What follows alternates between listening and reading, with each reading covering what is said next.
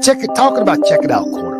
Y'all, please go check out that Truckin' Chub Z, man. The dude is, and especially when him and Shad get on there. Him and Shad got a chemistry, bro. It's almost like peaches and herb, bro. They got this thing going. Yeah.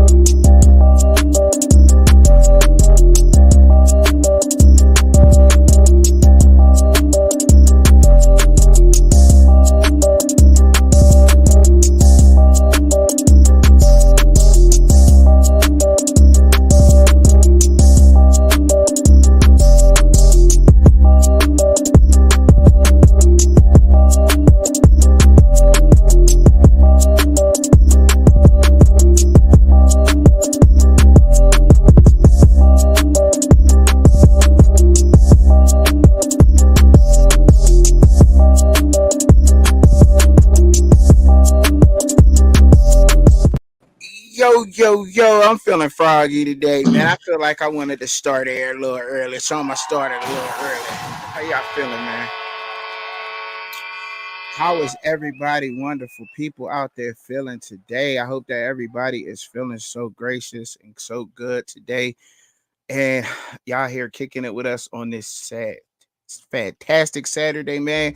First, as y'all can see here, I already got the slide pulled up. We is going to start getting into Caleb Williams. And I had a question, and this is for every single body, including you, my co-host there. What's up, bro? What's going on, South Coast? King Birdstone in there. What's going on with everybody? Look, all I want to know is, do y'all really think that Caleb Williams tanked pro day on purpose? Okay. Because, like Lewis Riddick said, he was a lackluster performance. Okay. From Caleb Williams. He was the only one on the big network that came out and said that. Okay. The only one. He was the only one that came out and said that, mind you. Okay. Now, Merrill Hodge already came out, and we did that live show, and he said that there was no difference between Caleb Williams and Justin Fields, and the Bears shouldn't get rid of Justin Fields. Okay, might I add that? All right. Also, us here on the fans' point of view, Shad and I and Shad, Revenge of Kyle Wright, and all that, whatever he going by, serial murder, whatever he going by that this day. We also said that they were the same player. And Shad broke that down to y'all. Oh, excuse me. The Revenge of Kyle Wright broke that down to ya. Okay. And my question for y'all is, did Caleb Williams tank pro day? Are you on that side? Or do you think he did well? Well, I guess we're going to break that down a little bit. I'm going to go kick it to you, co-host. What you thinking about this, man? What's your evaluation of that pro day? I don't like Caleb Williams. Oh. So I'm gonna be biased. I mean, I don't like him. I'm not saying I don't like him as a person. Right. I mean, it's a spectacle at this particular point.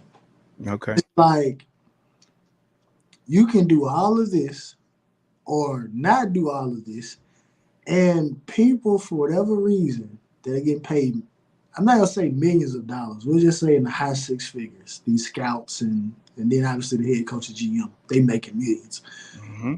Y'all are still going to pull the proverbial trigger and say, "Hey, look, this is the guy that we want to lead our franchise." Right. see it. I don't see it. Man, I don't see it neither. And we broke this down already. I mean, it's the same person. I mean, look, I mean, okay, Caleb Williams play on the field, and I'm breaking this down, and this is just me talking. All right, this ain't facts or nothing else. But Caleb Williams can play ball, right? The guy can play ball, but and I know it ain't got nothing to do with his painting his fingernails, bro. But goddamn, you're going to the NFL, man. Can't be doing that. I don't I don't rock with stuff like that, and I don't know what he is, how that's going to translate over. And I know I'd seen it was just a lackluster performance, y'all. It really was. I mean, the little bit of research I've done, I don't claim to be no quarterback aficionado or anything of that sort, but they say that when you're a shorter guy, when you're dropping back, you shouldn't clutch. You shouldn't clutch in like this when you're dropping back and you're drop back. You shouldn't do that when you're a short guy. You need to stand tall, upright. He did that. I noticed that his drops were short. In the NFL, you got defensive ends, defensive linemen out there running 4.4s and 4.5s, punch buggies coming at you, if you will. You know what I'm saying? And you got to be quick. Your feet got to be quicker than that in your drop backs. And that's what I did notice, his mechanics. Although I'm on the side of him tanking on purpose because I don't think he wants to be in Chicago, Shad. What you think about that? Like, I mean, he's came out and said that. Like, I don't think he want to be there. I mean, it makes sense since, if you're saying this right here, because obviously the Commanders had a second pick. Caleb Williams is originally from the DMV area. We're going to get into this when we talk about which rookie quarterback is going to have the early success. Okay.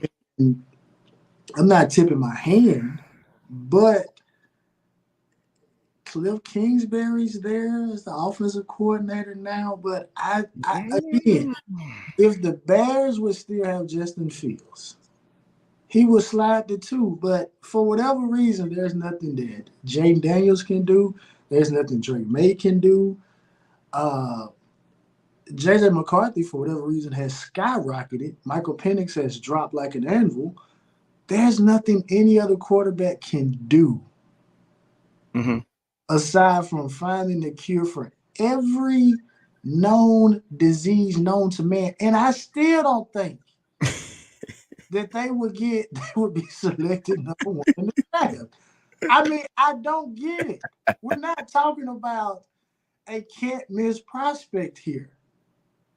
It's Caleb Williams that's coming again. I have to say this. I am biased. So okay.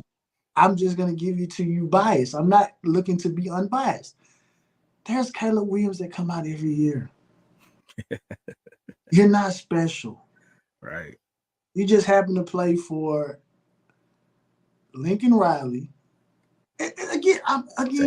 Say that. Being biased. You're not the best Lincoln Riley quarterback. Nah. Hey, say that. Say that, bro. Speech. Okay, so let's just roll right over into our next slide. Okay, and I want to say what's up to everybody in the chat. We appreciate y'all coming through and spending some of y'all Saturday with us, man. Y'all beautiful, beautiful people out there of the internet and out there. We really do appreciate it. Make sure y'all hit that like button for us for the algorithm, man, so we can get up out there in these YouTube streets. We deserve it. We are two hard working husbands and two hard-working fathers that are trying to make something for ourselves. So y'all can help with that. All right. Look, and we're gonna roll right over into the next slide, man. We're gonna get into which rookie quarterback do you think is going to translate over to the NFL? Okay. And we know that everybody on this list is not going to be in the NFL. It's just a quick picture I had to throw up. I literally just made this slide like right before we came on. I almost forgot it. It's a true story. It's a fact. Look, hey, my co-host fucking vouch for it. But every quarterback on here is not projected to be going. So don't be looking at that. You know what I mean? The left pitcher, yes, those guys are going. Those are probably the top 5 guys. You got Drake May, Caleb Williams, Bo Nix, Jaden Daniels, JJ McCarthy. And I believe, honestly, the quarterback that is going to translate over into the NFL, one of the best to me, and it's going to be hard to pick the best, but I think JJ McCarthy is going to translate over to the NFL. Why do I say that? Well, okay, I say this only because we have not seen JJ play his best, right? We really haven't have to see him throw too much, take too much punishment in college, and all those sorts, right? He was healthy in college. Your best ability in the NFL is availability. You agree with me on that? So he has that a plus for him. He can make all the throws.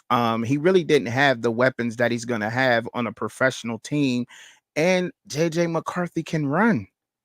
Despite what everybody may think, JJ McCarthy can actually run, and I think that that's going to help him tremendously in the NFL. You know, yes, I do train during spring break. Cuban up in the building. Yes, I do. I do. Yeah, look, hey, yo, man. Hey, for real though.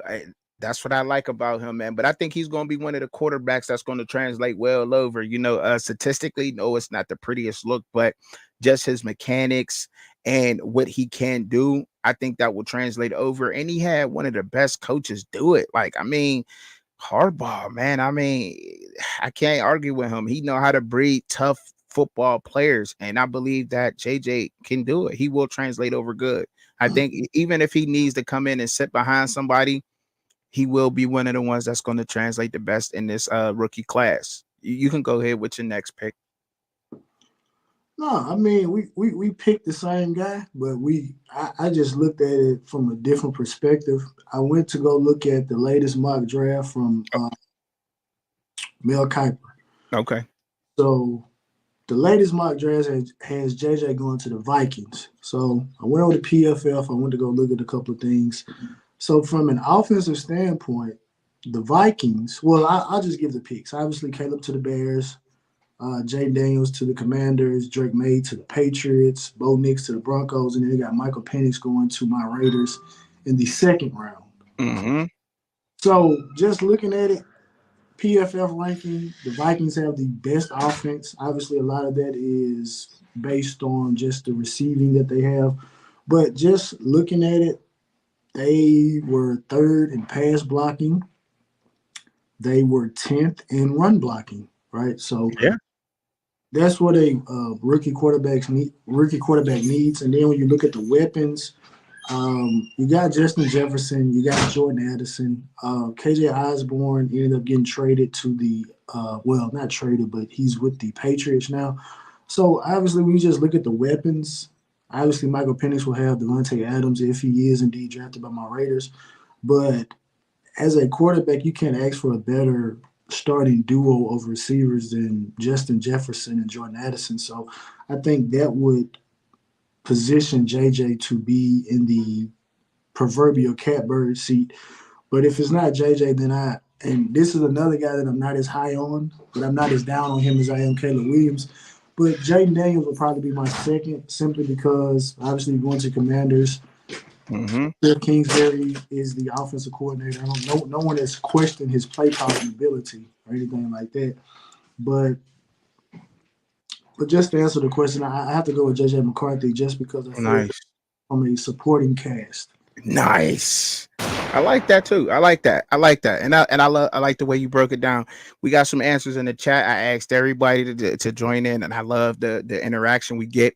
So yeah, I trained for spring break and all that good stuff. Birdstone said May, Penix, and Daniels, he thinks they're all going to have good rookie seasons. Okay, he say all of them is going to have. I think so too. I think so. I think those are good, nice guys that have rookie seasons. And somebody asked us, Katie Allman said that Penix is a sleeper, and Anthony Mazzano. Did I pronounce that your last name right, bro? He said, in terms of his skill set, let's say hypothetically Drake falls out of the top 10 or the top 15. Which team fits him the best in terms of scheme? If he falls out of the top 10 or the top 15, what team fits him in terms of scheme? First, in hypothetically terms, if he falls out of the top 10, top 15, he ain't starting. I don't think on no other teams. I don't think so. I don't think that he would, just thinking just real quickly and trying to remember the order of the draft. I don't think that he would start. With any of those teams. Drake May, I know he's a great talent, but if he falls out of the top 15 in the draft, top 10, top 15, then hypothetically speaking, he's definitely going to have to back up somebody, and that's not a bad thing to sit behind somebody, learn the do's and don'ts of the NFL. He said Drake May. Drake May? Drake May? Is that, yeah, he said Drake. So I'm guessing that's what he's thinking of, right? Drake May, right? Oh no, I thought he said Caleb. Okay, my bad. Oh, okay. Is you talking Caleb, or he said Miami? He think Miami would fit them better. He said he thinks Miami would fit them. I don't see. The thing is that, because I was thinking, I thought he said Caleb, but he said Drake May. Yeah, Drake May. He talking about Drake May. Okay, I got it. Okay. I mean, Drake May got a big arm, so I will go with the Cleveland Browns. Oh, that's a good thing. That's a good thing to go to. Hey, look. Them are the Titans. The Titans. You think the Titans are fat? Will Levis. I think Will Levis got that on Smash. And look, I gotta disagree. Look, I disagree because of the fact of you're a rookie quarterback. You go into one of these teams that's possibly right on the cusp of a couple of players short of making the playoffs or going on a playoff run. Regardless of their quarterback got to be decent.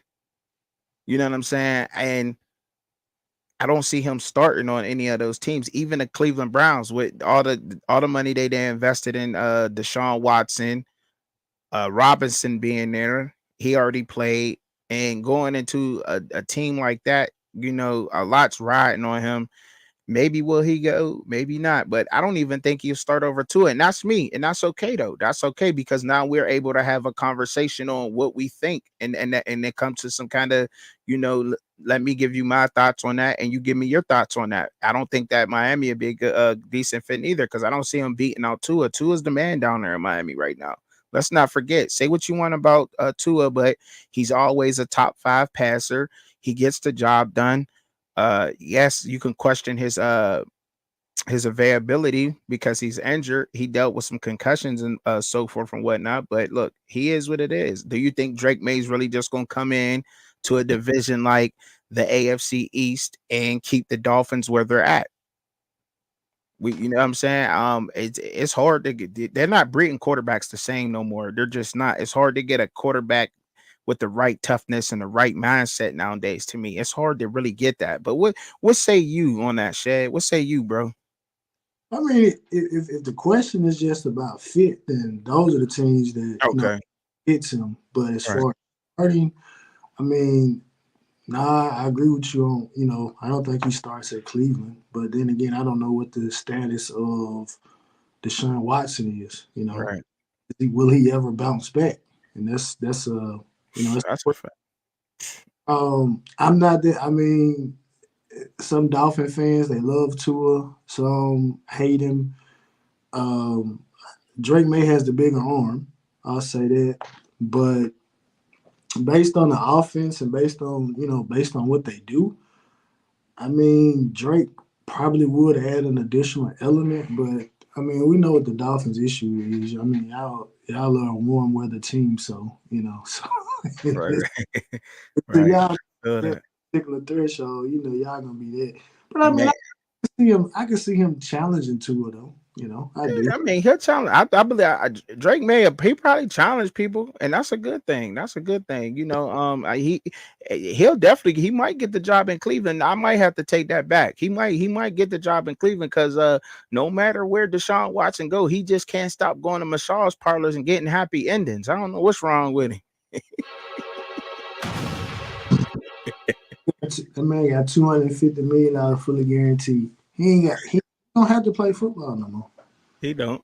He ain't got to play football no more. But he damn sure ain't got to keep on going to the Instagram model massagers neither though. You can go to Las Vegas.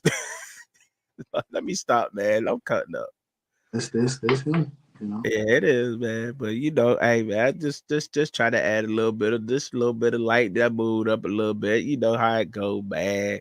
You know how I does it over here, man. We could move on to the next slide though, but I think we both agreed on that. JJ McCarthy, we think that's going to translate better over.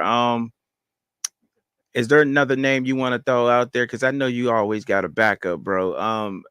No, I went over the names, and like I said, what's astonishing me is this Bo Nix ascension. Right, he goes to the Senior Bowl. He doesn't look that well.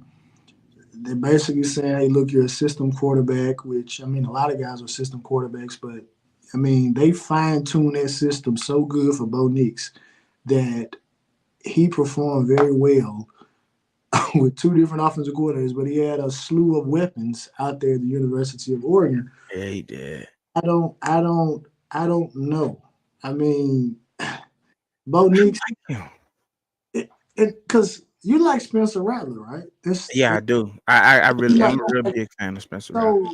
So he and Bo Nix to me are one and the same, and one of them, depending on the situation. I mean, yeah, you never. You could say that. You can say that about a lot of rookie quarterbacks. Going to the right system and whatnot. But I like the way Bo Nix play, man. It's just something about his creativity with that ball, the way he just gets the job done. I don't know, man. I like the way he's exciting. That's what it is. He's exciting to me to watch. That's why I like Bo Nix. No other reason. Just being that reason right there. That simple reason. He is exciting to me to watch. That's it. But I think he might be a sleep. He might be a shocker. But I definitely think that Michael Penix is definitely a huge sleeper. Mad people was talking about him and how big they were on him before that national championship game, and he's definitely going to come in with a chip on his shoulder, and I think he's going to light something on fire, man. Let's see. We'll see what happens. But I like what you said. I like what I had to say. Good conversation, and let's keep it going, bro. Let's keep it going here. So we got the next one, and the next question is for you, bro. Do you think is Coach Cal on the hot seat after that upset from Oakland? Coach Cal should have been on the hot seat that year that they lost in NIT. Oh, he should have been on the hot seat. We're talking about listen. You haven't been in the Final Four since 2014. You got one title in 2012. A close associate friend to him just got on ESPN. I saw this morning. He said he's not even coaching the same. Coach Cal teams are known for defense and rebounding. They're not doing that. But even with all the stars that he produced, though, bro, like you really think he's going somewhere? Like, I mean, Karl-Anthony Towns, John Wall. I mean, did he produce these people? Did he produce them, or did he just get put on the jersey? Just asking. They were on his team. So he gets the credit nonetheless. I can't get no, man. You know what John Calipari is doing? John Calipari is he's Doc Rivers. You're Doc Rivers. You get the good jobs, you get the good players, and you, for whatever reason, can never make it to the finish line. That's crazy. You started the one and done. We got, what's my man name out there in Kansas? They've adjusted. Coach K, he did what he did. He loved, like, compared to your contemporaries, you are not on their level. You are at a historically great collegiate basketball program. And had Drake in the warm up, the locker room, all that stuff. Like, yes, you do all that, but it's like it's just sizzle, no steak. No steak. He ain't cooking. No, he just got the stove on. He just got the. Look, man. All right, look, man. You have no title since 2012. That's bad. Hey, that's horrible, man. You're not Rick Pitino. We know what they did in the game. We know what they did in the game, right? Yeah, I'm sure y'all know. Like, but the way that I broke this down, let me break it down for a little bit for those who may have missed the game or those who couldn't catch it. Okay, Oakland was 1 for 13 in field goal percentage, y'all. Hold up, bro. Hey, give some backstory. Let people know this is not Oakland, California we're talking about. No. This ain't, hold up. This is not Oakland, California. This is Oakland University out of Michigan, right? Okay. Okay. So people were wondering, why are all these lighter skinned people in the crowd? Listen, hey, bro, and they was 1. Okay, they was 1 for 13 to open up the game. Look, to open up, and this is probably around, we're gonna say about like in the first 6 minutes of the game, they couldn't score. 1 for 13 in the game, dog. They had 7 offensive rebounds in the first 6 minutes of the game. Out rebounding them early, just how you said. They shot 5 from 12 from the 3-point line in the first 10 minutes of the game. This dude, Jack Goalie, had 18 points in 11 minutes, bro. And Kentucky shot 2 for 7 from the 3-point line in the first 16 minutes of this game. Oakland had 3 players in foul trouble in the first half. And just how you said, coach still couldn't pull the game off. No, I'm just saying, like, if that don't support it, I mean, you got 3 players in foul trouble in there, and look, 3 of them are their key players. Let me give y'all those names. It was Rocket Watts, Trey Townsend, and Blake Lamblin were all in foul trouble early on in the game. They did not do exactly what you said. They didn't take it to the hole. They were not trying to rebound.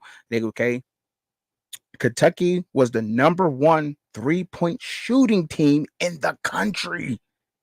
And they were 3 for 14 in the first 24 minutes of the game.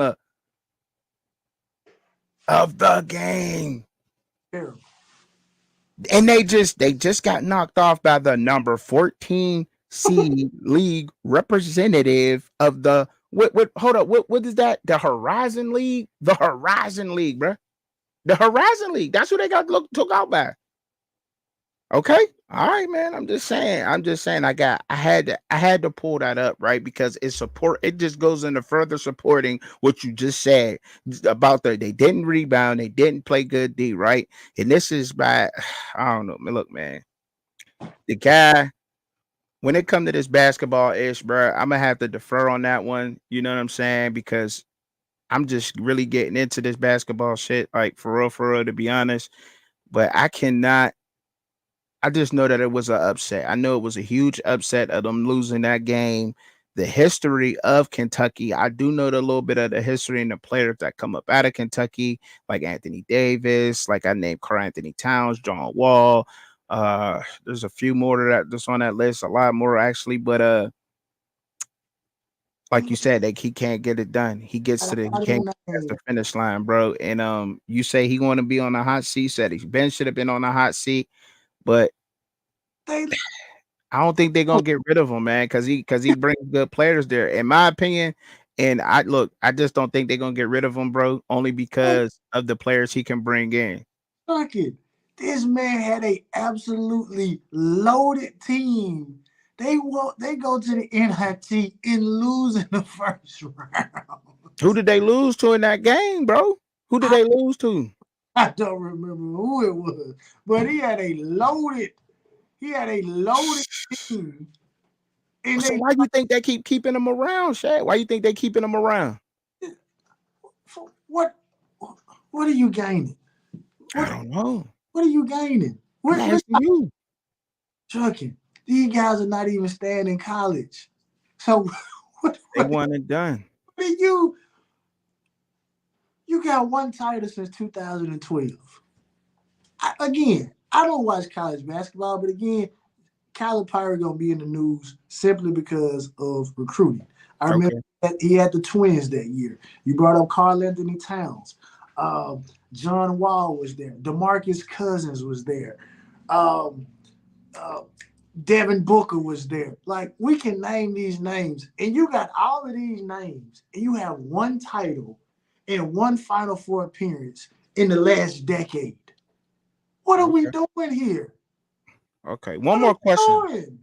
Yeah, you're right. One more question to ask you, bro. What? And this fan, bro.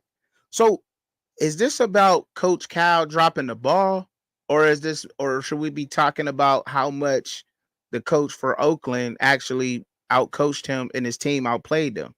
So, should we be bigging up Oakland, or should we be going at Coach Cal right now? Because they did play a hell of a game. I mean, I'm just saying, like, where we at with this? But you know where what? we at? But you know what? I will have to give I have to give Oakland credit, right? Because this was another thing that they brought up in that same segment that I watched on ESPN. Mm-hmm. And what they said was, you can't expect these young teams to beat these older guys. Once they make it to the NBA, you know, they'll develop and they'll get better. But at this particular point, it's not working. So this is my question. Okay. Coach Cal, why can't you get these guys to stay at least 3 years? Or your contemporaries are dealing with the same exact thing, and they winning.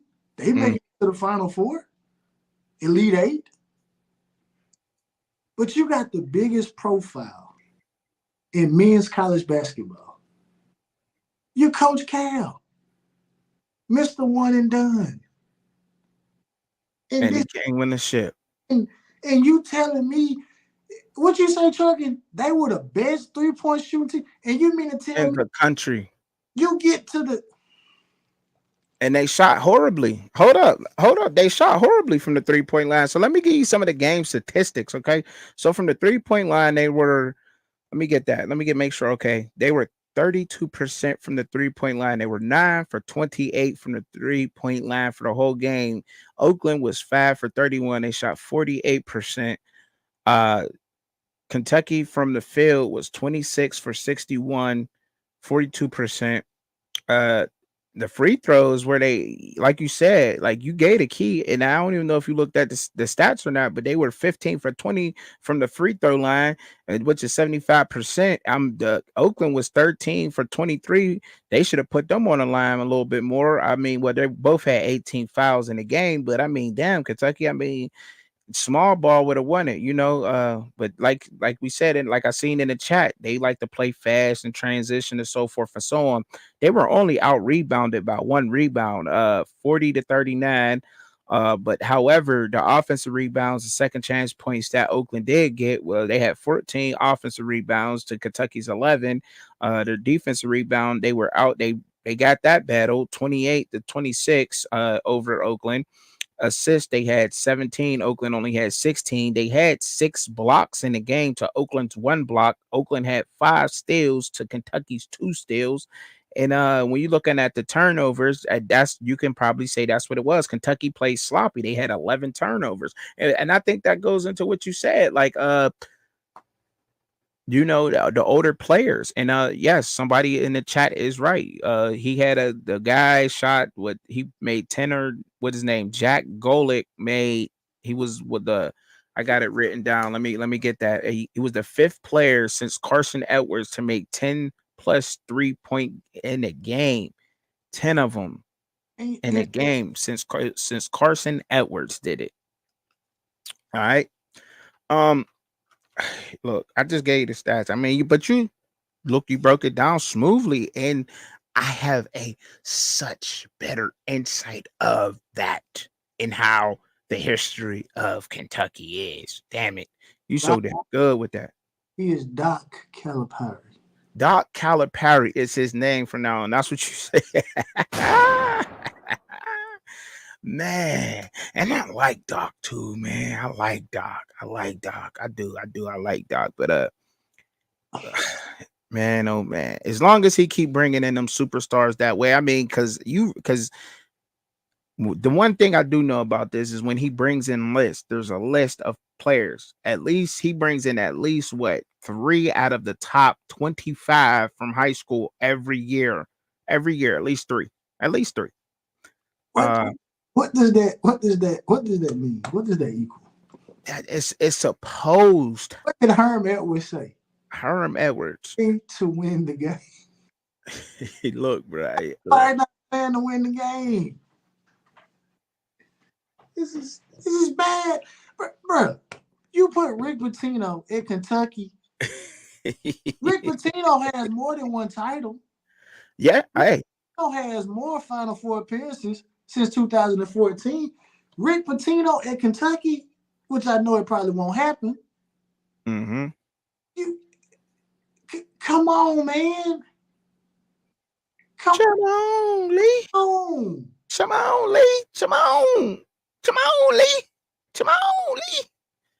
Hey, my man broke it down, man. Hey, that's all, man. So let me make this clear. You believe that Cal should have been on the hot seat and he needs to be out of Kentucky. Bro, you gotta go. He gotta go. You on Mark Richt type of time right now. You got the talent to win, and you're not doing it. You're playing down the competition.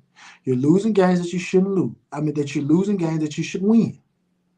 Obviously, you know what happens in the regular season. Okay, that's fine. That's dandy. That's fantastic. Mm-hmm.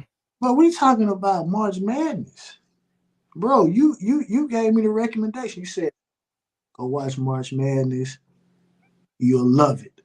And I'm sitting here watching this game down the stretch, and I said, "Kentucky gonna lose this game." Did you enjoy it? Yes. That's what I'm saying. Oh, no, I take it back. No.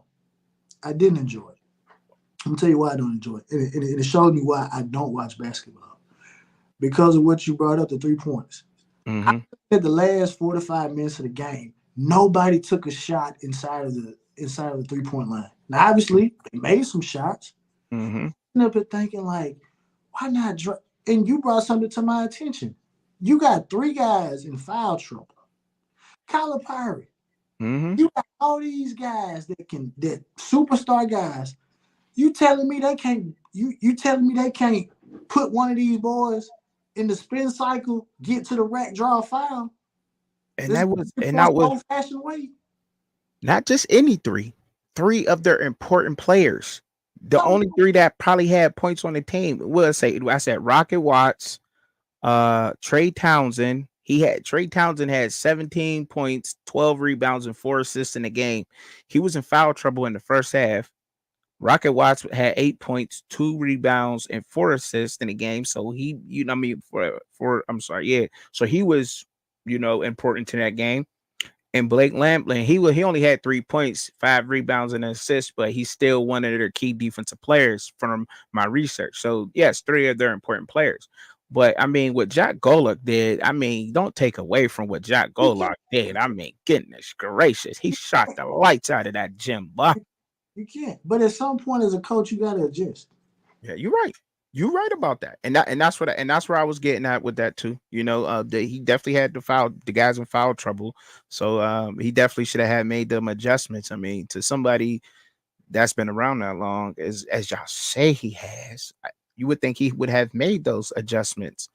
But once again, and supporting that, bro, I mean, like you said, the older players prevail over young talent any day. The knowledge. How long you've been here prevails. It did. And but are you enjoying March Madness? Are you enjoying it, bro? I mean, that's the only game that I've checked out so far. So like I said, obviously we're gonna talk about it more. So yeah, I'm gonna watch some more games. I mean, look, it's the thing. of a team like Oakland from Michigan, Oakland and Michigan. Let me make that clear. That can beat a Kentucky. You know what I'm saying? That's why, it's things like that, and so forth, which makes it a little bit exciting for me. Those upsets and whatnot, so forth and so on. All right, but we're gonna keep it moving to the next slide. We got up here for you. Are you ready? I saw a list of names that they feel Okay. plays Coach Cal. So these are the names. I just wrote down a couple. Scott Drew, current coach of Baylor.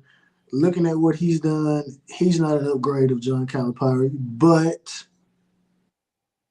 he, you know what? I can't even make a case for that. He's been at Baylor since 2003. He hasn't accomplished anything at Baylor, anything that would warrant saying, "Oh, we should fire Calipari for him." You got Danny Hurley, brother of Bobby Hurley.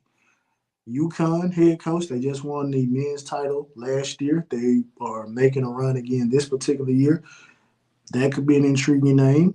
Yeah. Then you get to what I feel like are long shots.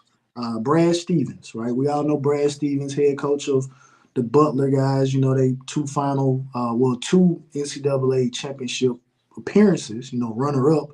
Obviously, he's in the front office with the Celtics. Well-rounded coach, did well at Butler, did well for the Celtics. So I think that's a long shot.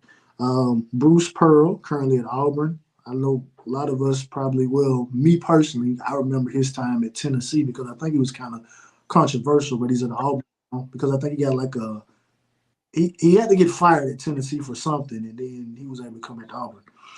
Then you got Billy Donovan, current head coach of the Chicago Bulls right now. Obviously won 2 titles at the University of Florida. The thing about Brad Stevens and Billy Donovan, to me, which make them, they are nice names, but we're talking about Brad Stevens last coached in 2013. Mm-hmm. Billy Donovan last coached, and this is college, 2015. What's important about those particular years? There was no transfer portal. There was no NIL. So you're talking about two guys that would be tossed into the absolute highest of pressure cookers at the University of Kentucky.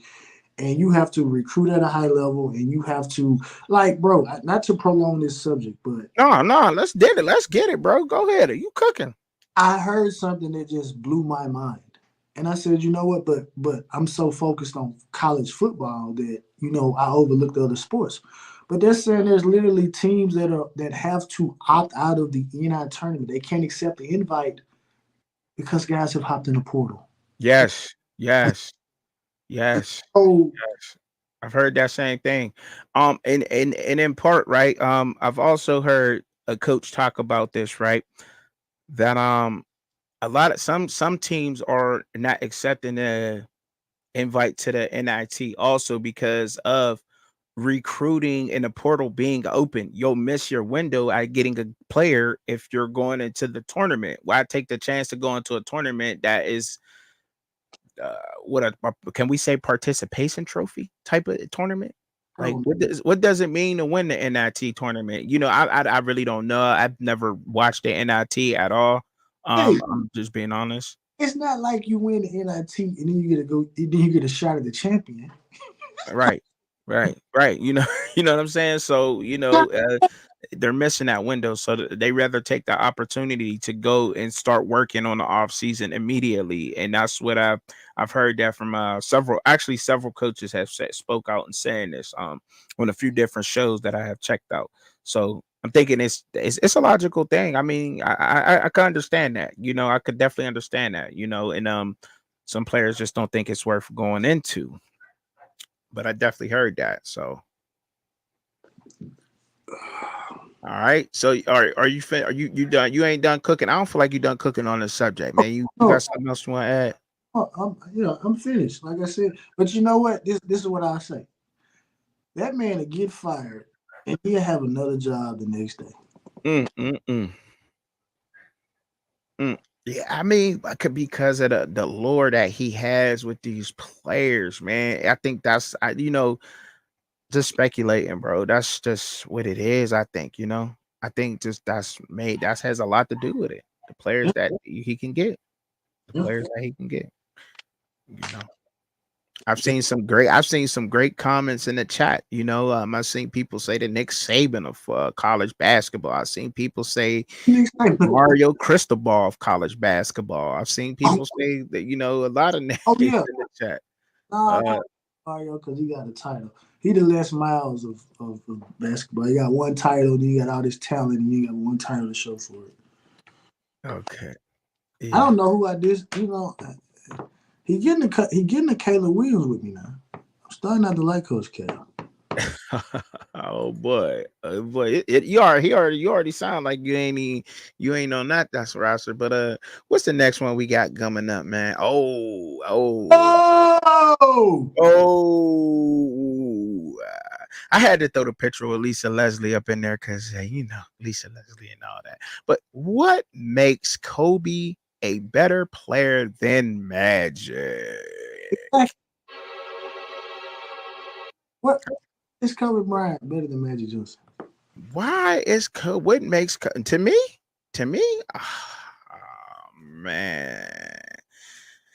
Okay, so I'm gonna let you cook. I'm gonna prep. I'm gonna marinate the meat. I'm gonna chop up the onions, the garlic, the curry, and I'm gonna marinate it. Then I'm gonna let you cook. So let me. All right, how that sound? That sound all right. That sound all right. So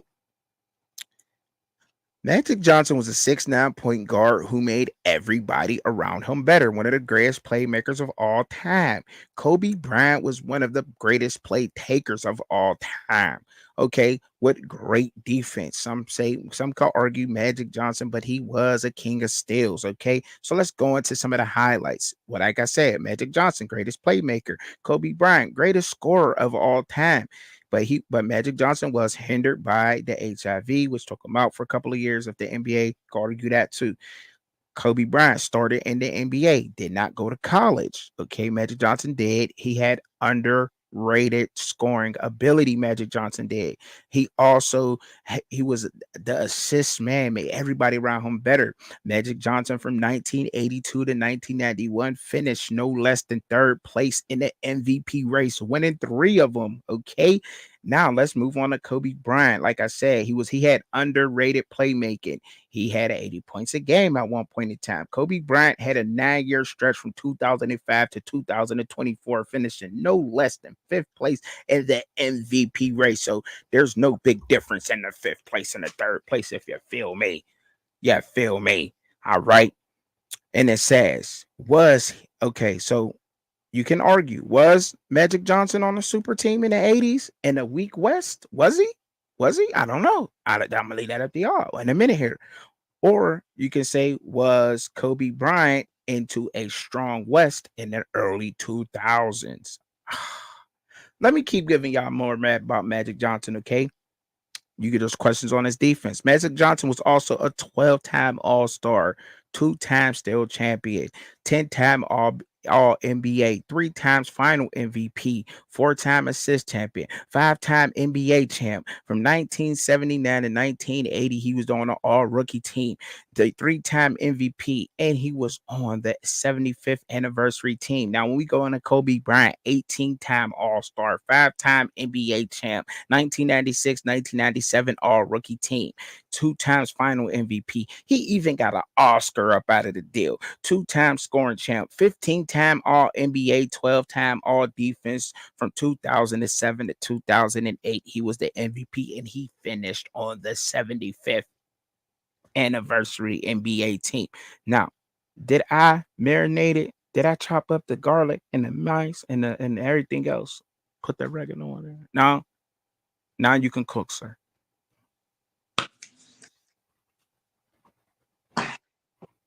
I'm just gonna be straight up with you. I don't care how nobody feels about this, but what do everyone say? Would you want to have the original, or do you like the generic version? I'm gonna ask you that. Do you want the original or the generic? I I want the original. I just hold up. You ain't just hear what I just gave you, bro. I ain't getting no original. We didn't go to Aldi's. I didn't go get my onions from Aldi's just now, man. I went to the what's the Whole Foods. I just went to Whole Foods for you and cut up them onions, bro, fresh off the farmers. Okay. So this is what I'm saying. You're comparing a generic Michael Jordan to the greatest point guard in NBA history. Magic Johnson was a unicorn.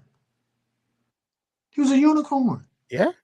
Magic Johnson didn't come to the NBA looking to be like someone else. Magic paved his own way. Now, again, this is no disrespect to Kobe Bryant, because I love Kobe Bryant.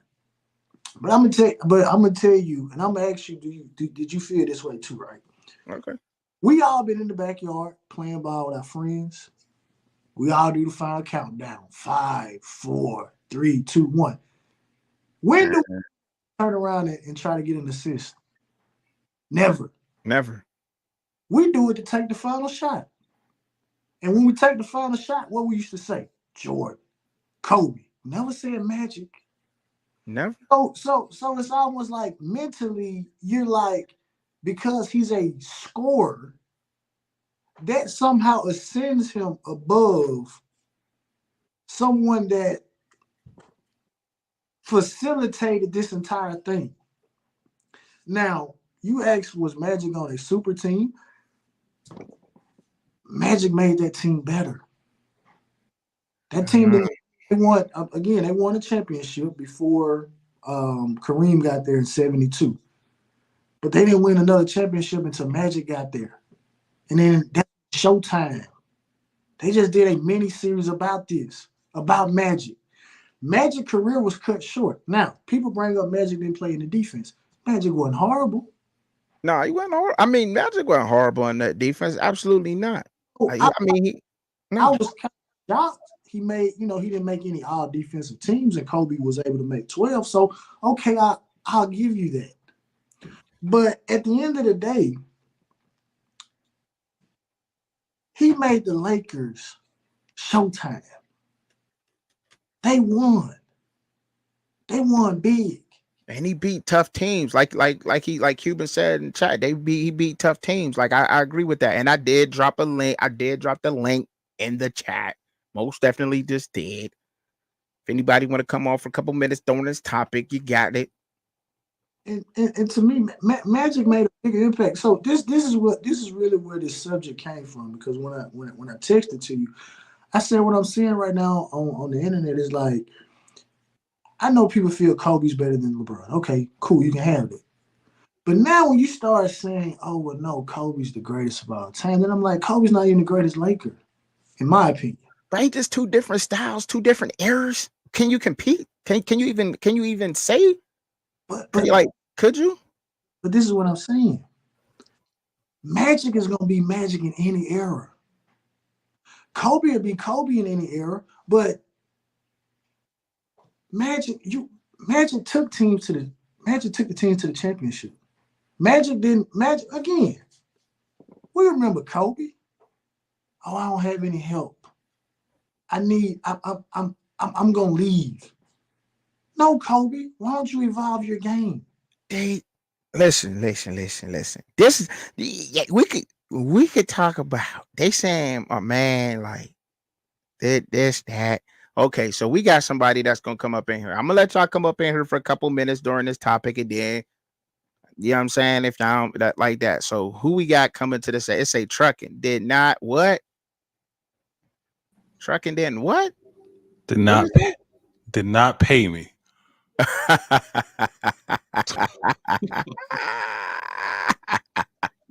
Can y'all hear him out there? Can y'all hear him? Y'all can hear me? Good. All right, I had to jump on this stuff. All right, Kobe and Magic. Magic had to play a lot of tough teams. He had to win a lot of tough championships. Kobe beat the New Jersey Nets. They don't even exist anymore. You know what I'm saying? He had to beat Indiana Pacers. Come on, man. And it's just not the same. In order for you to, the only thing that I could give the Lakers is they lost one game and, going to the championship. But the competition that Kobe had to play versus the competition Magic had to play, it was night and day. It was not even close. Not even close. Not even close. So, do you agree? Is this different eras, different styles? Like with these two, is this like comparing Tim Duncan to like Oscar Robinson? No, it's competition. I think it's competition. Okay. Now bring this up, trucking. Nobody wants to talk. Nobody wants to say this. People love Kobe. Obviously, Kobe's gone. You know, rest in peace to his family. I hate that it tragically went. Kobe wasn't even the best player during his era. People want to say it was Kobe Bryant era. That was Tim Duncan era. Let's keep it a stat. Yeah, that's true. His era. Tim Duncan in the West. I love Kobe, but Kobe, great player. But I'm not about to sit up here and say Kobe Bryant is better than Magic Johnson when you weren't even the best player in your era. And how many years did he miss? You were what our generation, which I'm younger than you, you know, I'm younger. My generation, we didn't get to see Mike like most people saw Mike because they were older. So they like, oh no, this is Mike. Like, no, this like same person. So we're sitting up here thinking, oh, you're the best player. You're not the best player. The best player plays in San Antonio. I dropped the link, bruh. I dropped the link. Kobe is not. It's the order of operation is Magic, Kareem, Kobe. Kobe is not even the top two of the Lakers. So let's and I love Kobe. We all love Kobe, but he ain't Magic, man. The thing is, y'all got to see Magic and what he did. It's a little bit different, you know what I'm saying? Like Shad said, he's like, you know, he's a generic Jordan. Kobe is a generic Jordan. If Jordan didn't exist, what would be Kobe's game? We don't know. You know what I'm saying? So that's a good point that Shad brought up. I agree. Look, I mean, like I said, this is like one of those debates, right? It's like, is it, and I asked y'all, is this like comparing Tim Duncan to Oscar Robinson? That's not even close. Not even close. Not even close. Because Tim Duncan, he was that dude. Oscar Robinson. At the end, let's put it this way: at the end of the day, it's like, how do you take your teams to the championship, right? And Oscar Robinson, what? He won one. You know what I'm saying? Okay. All right. Fair Studio, enough. Yeah. There is a link because I clicked it. If I click it, you know what I'm saying, it's in there. So y'all can look, look at the link. Truck and dropped it in there. I want to hear everybody. I want to hear everybody's opinion. I dropped it a few times in there. I definitely want to hear what everybody got to say. I'm loving it. I love it. I love the interaction. I definitely want to hear what everybody got to say up on this. He knew what he was talking about when he dropped it. He said, bro, we're going to talk about this, man. We going to talk about this. We got to talk about this Magic and Kobe thing, man. Why am I the only one that saw the link? It's in there 2 times. I'll drop it in there again. Here it depends. I mean, are you putting it on YouTube? I saw it on YouTube. I don't know if everybody's on different channels. I put it on YouTube. I put it on Twitch. I put it on both. What we talking? I put it on both of them. You could drop the link too, bro. Okay. It's Cuban, by the way. I hope Shad already knows my. Oh yeah, I already know you're Cuban. I already know. I know it's you. I know you be kicking it with me in the morning. You know, the morning after. I know. I seen you. Trucking did not pay me to come on here. Come on, man. He said, I put it up there, man. I put it up there, studio. I put it in there, studio. I definitely put the link in there for everybody up out there, man. When you know what I'm saying? Put it up on there. So I mean, Trucker, so why did you said Kobe was the dude? What was your reasoning again? My reasoning for what? Kobe being a dude? No, Kobe was better than Magic. Oh, me? I didn't ever say Kobe was better than Magic. I was giving y'all the stats. I was giving y'all all the key points of either. So hold on. I'm gonna hold you accountable. So who's your answer? Oh, you said you hold me accountable on my answer. What's your answer? My answer is simply that I mean, you gotta respect Magic Johnson, the eras of the game. In my opinion, you have to respect that. You have to respect who came before Kobe, what the foundation that Magic Johnson has laid, the competition he played against. Like how you said, I mean, in the end, that's what it is. I give all the points to y'all, but I'll have to lean toward Magic. If you asking me my answer, I'm leaning towards Magic Johnson simply because of that. That's just my simple answer. None of that, all that other stuff y'all talking about, only because of the era he played in and him playing before Kobe and me having respect for that. That's it. Oh, I think they saying Shad dropped the link. I don't know if Shad could drop it. I mean, I see Truckin dropped it 1, 2, 3 times in here. I don't know what people see. Man, I don't know why they ain't on here. I don't understand it, but I think a lot more of you. I think that's what's wrong with this era too. A lot of the eras, people don't respect the people who paved the way for us. Like, you know what I mean? Not only just in sports, in life too. Like, period. People paving the way.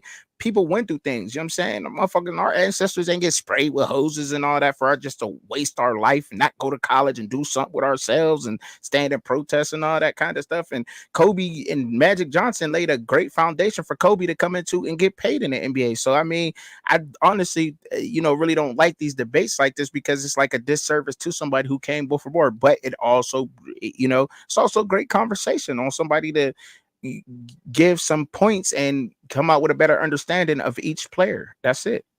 Oh, give me 1 second. I'm gonna send studio the link. 1 second. Y'all can keep talking. Yeah, that's what it is. I mean, that's just how I feel on that. You know what I'm saying? That's how I feel, on that whole situation. I feel like people should respect, what I mean? Show some respect to the OGs out here, man, for real. People paving ways. That's simply put, man. That's just how the principles and morals of life I was respect on. But they're both great players, man. And also Magic Johnson, you can build a team around him. You know what I'm saying? I don't know if I can really. How many people you think you would say you'd be able to build a team around Kobe? Like, did Kobe make players around him better, or did players come in already good around Kobe? You can't build a team around Kobe, man. Okay, all right. Well, I don't know. He's a great player, but he's not. He's again.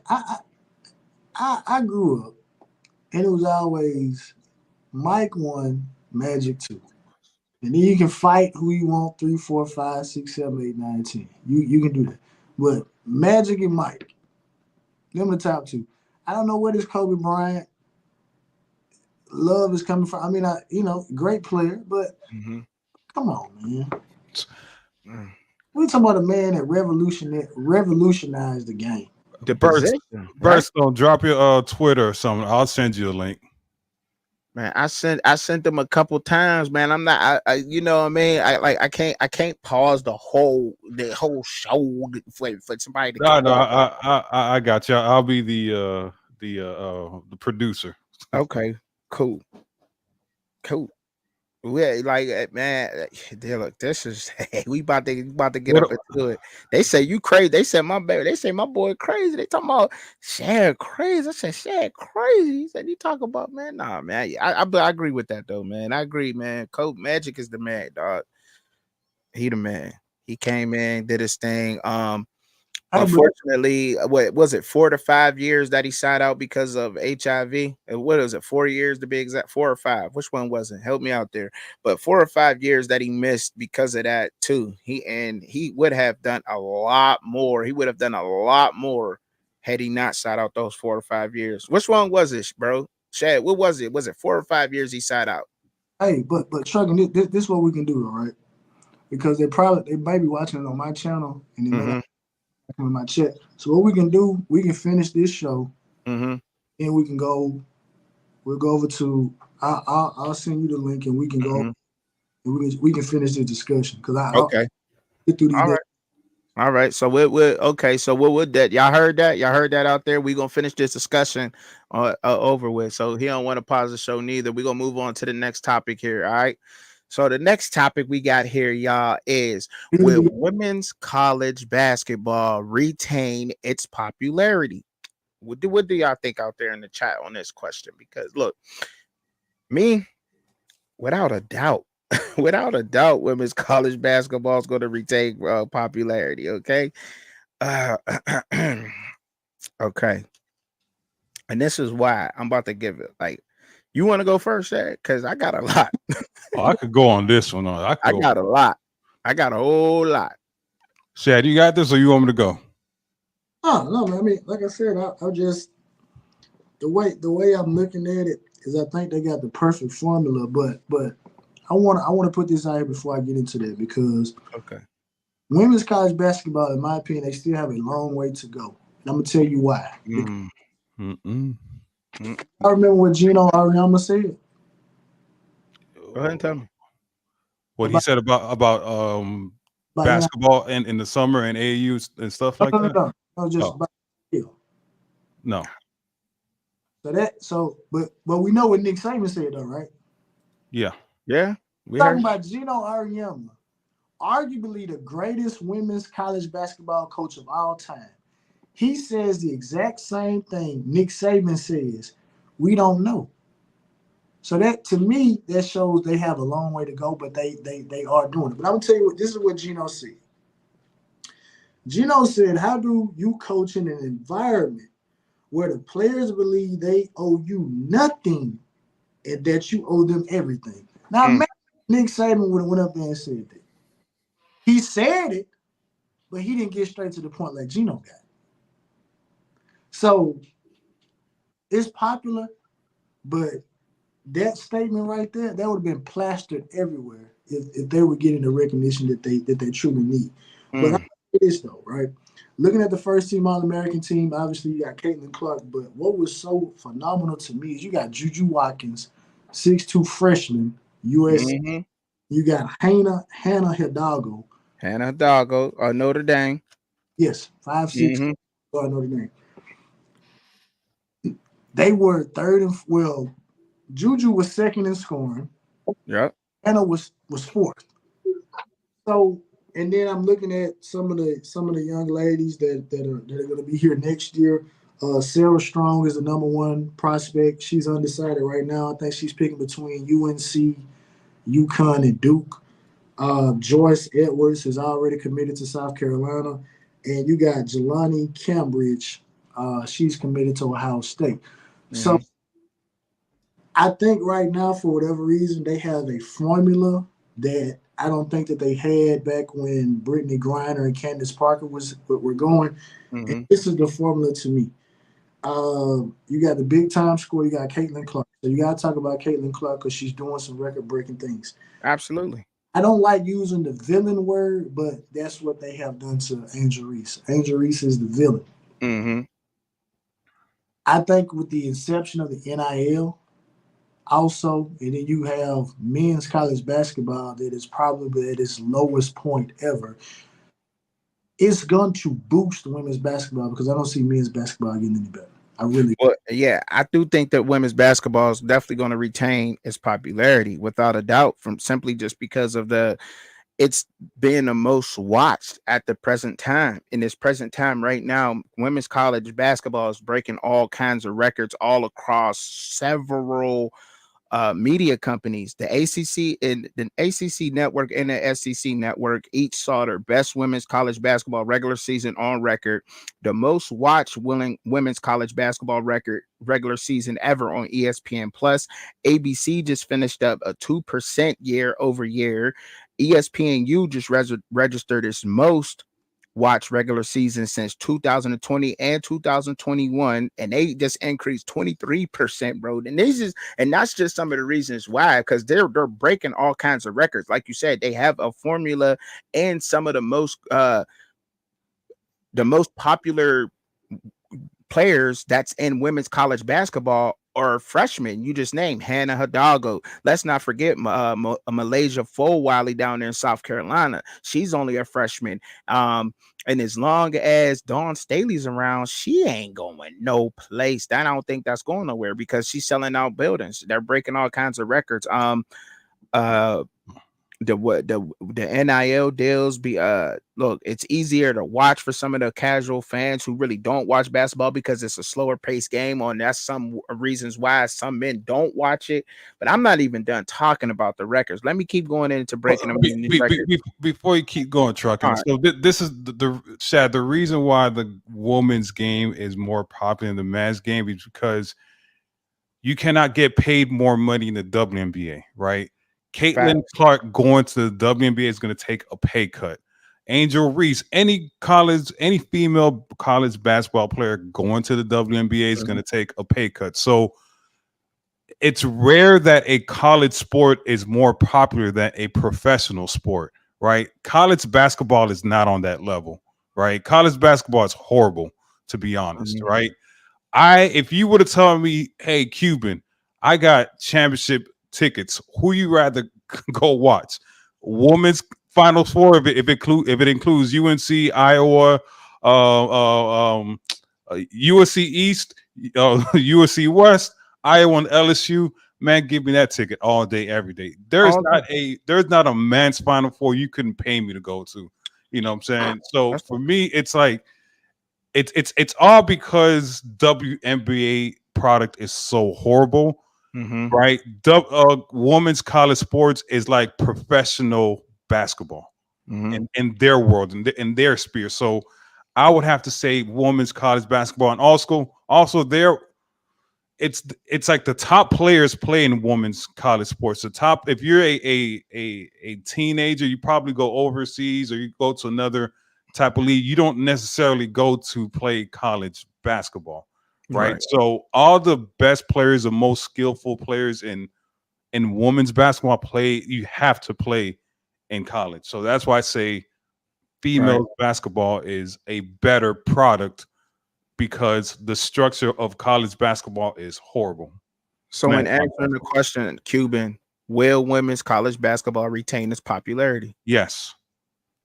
Facts. And it's because of the NIL. So now they're going to have Angel Reese could stay another year. Caitlin Clark could say, I don't want to go to the whatever and stay another year, right? So they could have players that stay 5 years, and you know their name from, like the girl from Connecticut, Paige. We've known this girl since forever, right? I'm pretty sure if I ask Shad, without looking at notes, or you trucking out, looking at your notes, name me 5 to 10 college basketball players. What, in women's? And men's. Off the top, it's gonna take me a minute, bro. It's gonna take you a minute, but if you tell me, if I say give me 5 to 10 female basketball players, you can rip them off the top of your, off top. Caitlin Clark, Angel Reese, Flau'jae Johnson, Malaysia Fall, Full Willie, and that is crazy. But that's crazy that you see how you flowing. You're not even cheating, right? That's the whole purpose. You know what I'm saying? It's like, that whoever is responsible for marketing women's college basketball, the WNBA needs to hire them because they're just, do you think it has anything to do with there being more teams? I think it has to be. You see them as the top tier teams. You see them as freshmen, and you see them as a senior, right? Same thing that happened with college basketball before when Magic and Jordan were around. Right, you saw Jordan play as a freshman, and you saw him play until Ewing, things of that nature. Right, it's like you saw them in all these years and develop. College basketball, you're one and done, and there's no more skill in men's basketball. It's all 3-pointers. Right, nobody's dunking, nobody's posting up, nobody's crossing over. It's all come down, shoot 3 points, come down, shoot 3 points. And the women's sports is like you have to play the whole court. The whole court. Yeah, and it's like you can see it like it's poetic to me. I like it. I'm a fan of women's college basketball. As I know, I make videos on it, and I wish that more people did make videos on it too. But even without a lot of people doing that, on YouTube and making it even more popular, it's still a popular sport, and it's breaking all kinds of records. My goodness, the numbers that I got, I'm gonna let y'all cook, but then I'll give y'all the numbers after that. But the numbers is just crazy on this, man. It's like just know that they're breaking all kinds of records this year alone. Since 2022, when Caitlin Clark went at the Iowa, she's selling out the tickets to a women's Iowa's basketball game is $200 to $300 more than a men's game. Like, I'm just saying, man, you're right, man. I don't think that. So in answering the question for me, will women's college basketball retain its popularity? Absolutely, 100% it will, and it will only keep getting better. And in studio, you're definitely already in, bro. You're in audio, so that everybody will hear you if you speak. What's up, gentlemen? What's going on? Chilling. I kind of agree and disagree with Cuban Kane. Here's why. I still like the men's college basketball way better than the girls' college basketball. I'm sorry. But why? Let's be honest. I'm going to be honest. This is why I agree with the question as far as it will retain its popularity. But let's be honest. It's mainly because of social media. Let's be honest. Angel Reese, she cute. She got her little shorts flashing everywhere. And it's bringing excitement, which is cool. I agree with them. That's marketing. And that's blowing up their game. And it's getting more exciting. I've been betting on the girls' basketball, though. I've been watching the girls' basketball. But when it comes down to just watching the game and just athleticism and it ain't there yet. Not yet. They starting to dunk, though, still. Well, why I say I agree with Cuban Kane, I was talking to my homeboy about this the other day when we was analyzing betting on college basketball. I said, man, it used to be several years ago where you could actually know some of these players, who was the dominating player, who was the clear-cut first rounder. You don't have none of that no more. It's like a mystery of who's finna be the top draft pick. Like in NFL, you know who's going to be around the top 10 pick, pretty much. You know, basketball now, it's just like a mystery. It may be two foreigners that we never heard of, unless you bet on international basketball. Y'all learn the IBB with me. I bet on the IBB, international basketball. But Kemba Walker, he playing for Spain, Monaco, right now. The golf, ball. There's a lot of little NBA talent over there. But you can't. It's not. I think the portal kind of disrupted it, along with that one and done little thing. And now they got the little G League where some of these players can go say, "Bump college. I'm going to the G League." They go straight to the league. Some of these players deciding to try overseas, saying bump college, and then they'll get a shot to the NBA. So that's kind of why college is taking a hit, men's basketball, but it still be exciting. It is, but I mean, I get that. I'm look, I like that. As far as saying that it's more exciting, though, I can't agree with that because I mean the numbers show. Numbers don't lie. If it was more exciting to everybody, their numbers would be doing that. Men's hold on, wait a minute. What do you mean numbers? I mean, like the NCAA men Final Four outranks almost all sporting events when it's for maybe the Super Bowl. I'm not talking about later. I'm talking about as of right now, the women's basketball tournament is watched more than the men's tournament. So you saying today, this year? Yeah, this year. Women watch more than the men. That's like a precedent. Yes, that is a fact. It's a fact, bro. This year, women's college basketball tournament, the NCAA is being watched more than the men's. Absolutely. And another thing about women's sports is when you see a center is playing a center, right? A center is not playing point guard. Like, you know, you have Kevin Durant.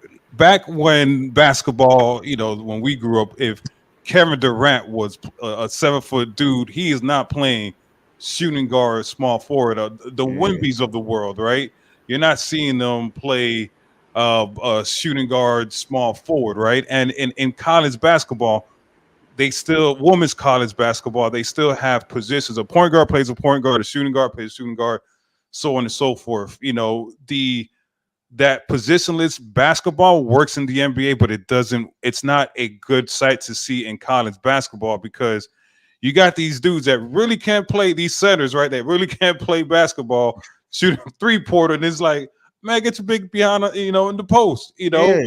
But then it's like when you get to the NBA, it's like the premier, the premier. But in college, you're not the premier, and then you have these dudes playing, trying to be that are centers shooting 3-pointers and handling the ball. It's like, what are you doing? And that's why women's college basketball is like they still play their position. Not, I'm not trying to offend any females out there. I'm not meaning that way. I'm saying like if you're a center, you're playing center. You're forward, and you're guard, so on and so forth. So that's why the women's product right now is a better product than men's college basketball. Right. Oh, we got to hear Studio's opinion on this Kobe and Magic Is it stuff. the women's right movement we got on this channel now? No. Look. Hold on. I don't get into all that women versus men, whatever. I don't do all that. You know what I'm saying? That was a joke. But what I was saying is, I'm looking at an article right here that says NCAA's tournament first full day was its most watched in a decade. Yeah. So I don't know. That's what I'm saying. Hey, Stu, like, it's crazy. But what's your opinion on the Kobe, man? The Kobe and Magic. But look, Shad wanted to go jump over, or he wanted to take that opinion over to his channel after the show. That's what he wanted to do. You know what I'm saying? But I mean, if you want to cook on that, you go ahead and cook on that for a minute. But hold up, no, because it's not gonna be a minute. Let's just be honest. Hold up, it's not gonna be a minute. It's not gonna be a minute. The studio is gonna get up on here, and he gonna say what he gotta say. So after the show, battle. Yeah, it's gonna keep going back and forth. So right after the show, here, go over to Shad's channel, and then we're gonna finish up that Kobe and Magic conversation, because that's a conversation to be had for a couple of hours.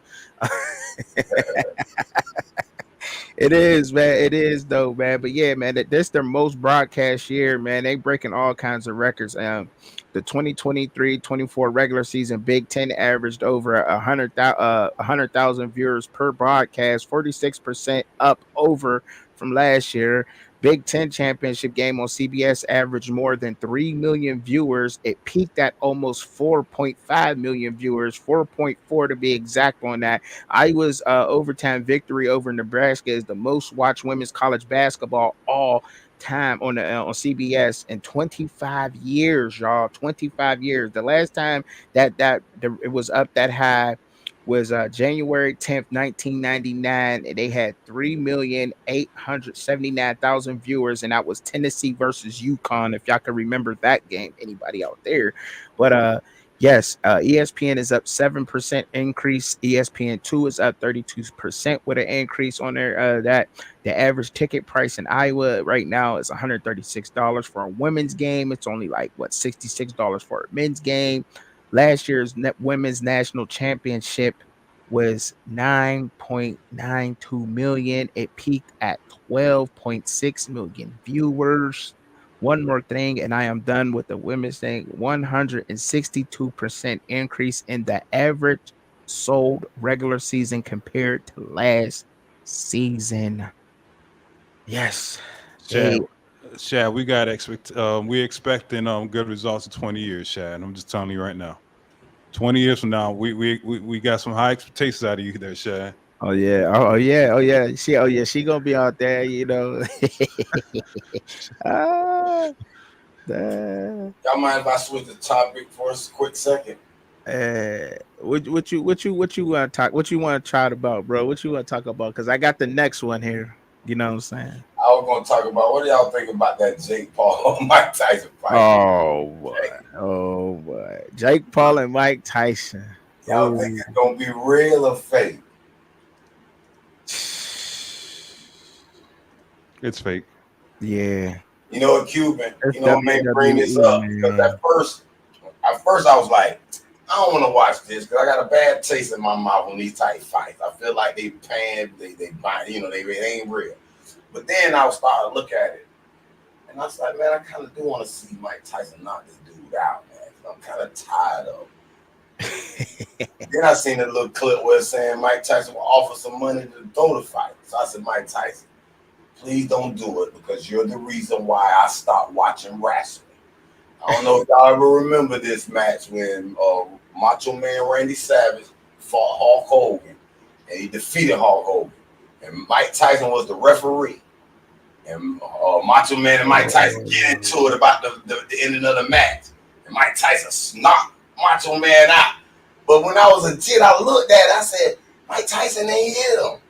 I said, he didn't hit him. You know, Mike Tyson wasn't good at that acting yet. I said, it's fake. This was the first time I had epiphany. I said, no, this is really fake, man. I ain't watched wrestling ever since. Man. Yeah. I can't remember when wrestling got ruined for me. I don't know. I can't remember how old I was, but yeah, somebody told me it was fake, and I was hyped. I was mad. I was so mad. No, but I kind of vaguely remember that match. I don't remember it all the way. I don't. But I got this next one up for y'all, man. What about this ACC lawsuit? I know a bunch of y'all is ACC fans. That's where y'all home team lives at, and I had to put this up here, man, because this is like, whether we want to say it or not. And if y'all notice, I got the bag of money with ESPN and Fox, right? If you could see that on the slide, and that's only because ESPN and Fox hold all the money that the conference is looking for right now. I put this in my notes. Let me make sure that I got it correctly when I'm telling y'all, so it's not like I'm making this shit up or anything. Okay. So ESPN and Fox hold a major stake in a primary rights holder for the ACC. So all their football related television distribution money is pretty much, they dependent on ESPN right now. But let me break this down to y'all a little bit. So just, bear with me real quick. All right. So 7 of the 14 teams in the ACC, they got an exit plan for the conference, and the television contracts would push them at a huge disadvantage to the fellow power conferences. Obviously, the Big Ten and the SEC hold all the power because of Fox and ESPN, like I said. So the ACC administrators and the commissioner, Jim Phillips, y'all, they went into like this meeting or whatever. They had a meeting on this stuff. So the league is like, obviously, it's in shambles right now because Clemson is taking the ACC to court about exiting. They went out. Clemson went out, and so do FSU. They all went out. Now, Miami was in the meeting last year. UNC was in the meeting last year. North Carolina State was in the meeting last year, and I got one more that was on there. I said Virginia. Yeah, they were in the meeting. They were all in this meeting last year, leading up to this, and it's all about the revenue and the TV money distribution. ESPN holds a major stake part into the rights of Clemson's television deals, and the ACC is pretty much going broke. And they're in the situation of the Pac-12, just to make this simpler. And if ESPN pulls out of if they don't next year extend the deal that's supposed to be up in 2036, if they can pull out the last 9 years of this television deal. If they do that, then there'll probably be no more ACC. Then the ACC will probably have to rebuild again. And they are saying that there's 8 to 10 teams that they will have to rebuild. And just to break this down smaller, so I'm not going on too much of a rant here and just talking so long, what teams do y'all think will go to either a Big Ten or the SEC? Just real quick. That's just a quick question, real quick. What teams do y'all think will go to the Big Ten or SEC out of those teams there? Because they went out. I'm gonna answer this first before we get to that question. We gotta ask the question: how did we get here? Okay, so we got here because why ACC on the verge of collapse? Mm-hmm. I gotta go back to 2004. Mm-hmm. Oh boy, we did this yesterday. 2000 and what? Those came. 2004. That episode came Rise of the Fall. Now think about this. ACC made a power play in 2004. Mm-hmm. Now you look at it today, it don't look the same. But if you can put in your mind 2004, we're getting the Miami Hurricanes, You're getting the Virginia Tech Hokies. Just to go down the history lesson, ACC got a program that was 55-8 the last 5 years. The Miami Hurricanes. Virginia Tech was 48-15 the last the 5 years before they got there. That's what you were getting. When you look at the overall landscape, there has not been another conference that has added 2 teams with that amount of prestige, that amount of winning since 2004. Mm-hmm. ACC should not be in this. ACC should not be in this boat. Let's go a step further. Before 2004, well, including 2004, I looked at the winning percentages of all the conferences. ACC, this obviously up to 2004, 54%, Pac-12, 55, Big 10, 55, Big 12, 57, SEC 56, and then I even threw the Big East in there. They were 56. So we're talking about conferences that are just right there. Mm-hmm. Not really a big drastic. ACC messed up when your top three programs from 04 on, they couldn't hold up their end of the bargain. Let's think about the top 3 coaches in the ACC going to 2004. Frank Beamer held up his end of the bargain. Bobby Bowden was on the downslide. He didn't hold up his. And obviously, Miami Hurricane fans, we ain't got to say his name, Larry Coker. This is what the SEC had as their top 3 coaches. Nick Saban, Tommy Tuberville, and Mark Richt. We know those names. Let's go to the Big 12. Mac Brown, Bob Stoops, and I guess it's Blaine Barnett. I didn't get his first name, but he was the head coach of Colorado when Colorado was originally in the Big 12. The Big 10 had Lloyd Carr, Michigan Royalty, Jim Tressel, Joe Petrino. Pac-12 had Pete Carroll, Mike Bellotti, and Tadford, which was the head coach of Cal. So if we kind of look at this right here, we can see that the Pac-12 went down. Pete Carroll left. Yep. Mike Bellotti stayed. Oregon remained what they were, but they're gone now. The Big Ten has been able to hold on because the Big Ten has been able to replenish their coaches and keep good coaches there. He hasn't been able to do that for a long period of time. We know the SEC has done it. So boils down to this. ACC collapsing, in my opinion, from a football perspective, lays at the feet of the Virginia Tech Hokies, Florida State Seminoles, and Miami Hurricanes. And that's a fact. Well, and that's the truth. Go ahead and spit what you need. Go ahead, Coach. Yeah. No, so the reason why the ACC is dead is because Texas and Oklahoma told the ACC, we want in and we want in now. Right, the ACC being a dumb conference, like we gotta wait 2 to 3 years before we accept you guys. The SEC said, no, we will accept you guys right now. So the reason why Oklahoma and Texas are in the SEC is because the ACC told them they have to wait, right? And this conference is just a dumb conference, right? But we had this discussion yesterday on Shad's show, okay, right? Because majority of us we're Hurricanes fans, right? Right. Okay. Miami has no business leaving the ACC or any conference, right? It doesn't make any sense for Florida State, Clemson, NC State, UNC, whatever, now to go to a Big Ten or an SEC because the playoffs has expanded to 14 teams, right? Right. So everybody's like, oh, the money. Okay. Money, but this money is not going towards the players or the fans. This money is going towards the schools, right? Florida State has all the facilities. UNC, Clemson. I don't know what more facilities they want, right? What they want to increase their recruiting budget. That's fine, but you cannot take the money that Fox or ESPN gets and give them to recruits or put them to collectives, because then you're going to Fox and SE and ESPN are publicly traded companies, and they figure that out. That's insider trading, so on and so forth. So you're in a complete mess. So that money that's getting distributed from Fox and ESPN does not go to the players or the fans. And I need fans to understand this. It doesn't go to the players. If it went to the players, it's a whole different story, right?